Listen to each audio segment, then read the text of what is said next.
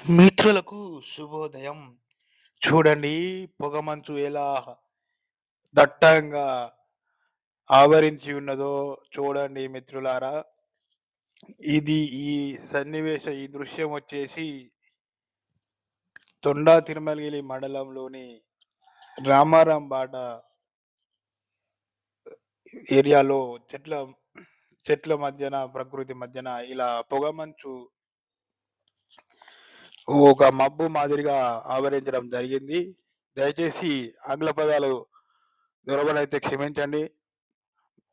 వీలైనంత వరకు 100% తెలుగు పదాలతో ఈ వీడియోను విశ్లేషణ చేసే ప్రయత్నం చేస్తున్నాను. తెలుగువాడిగా మన కర్తవ్యం.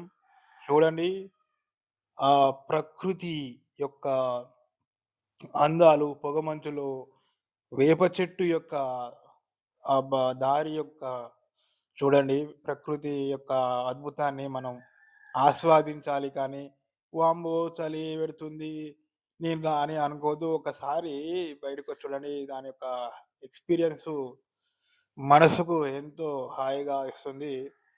క్షమించండి, ఎక్స్పీరియన్స్ అన్నాను. అని దాని యొక్క అనుభవం మనసుకు ఎంతో ఆహ్లాదకరంగా ఉంటుంది. చూడండి, తొలి తొలి పైరు, నారు వేసిన పైరు ఎంత కలకలలాడుతుందో చూడండి. అదేవిధంగా తెలంగాణలో ఒక విపరీతమైన పరిస్థితి అండి.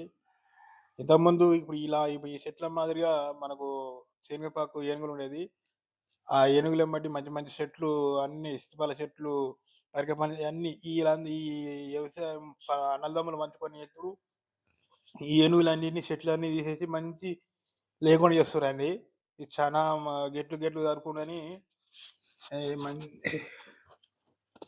ఇవన్నీ చేసి మంచి మంచి పళ్ళ చెట్లు అందులో ఉంటాయండి, పెరుగుతూనే ఉంటాయి. మనం పెంచకుండా మన తంగేడు పువ్వు కానీ ఈ ఏనుగుల పైన అంటే ఈ పెంచి చుట్టూ చెట్లు పెరుగుతాయి కానీ ఆ పెరిగిన ఏరియాలో మంచిగా ఉంటుంది. ఇవన్నీ కనుమరుగైపోతున్నాయండి. తాడి చెట్లు విక్తారు, చాలా బాధాకరంగా ఉంది. తెలంగాణలో ఒకప్పుడు మనం ఒక వ్యవసాయం బాగుపోతే ఎన్నో రకాల తినదగిన ఫలాలు ఉండేది. థ్యాంక్ యూ మిత్రులు, వీడియో చూడండి. Thank you.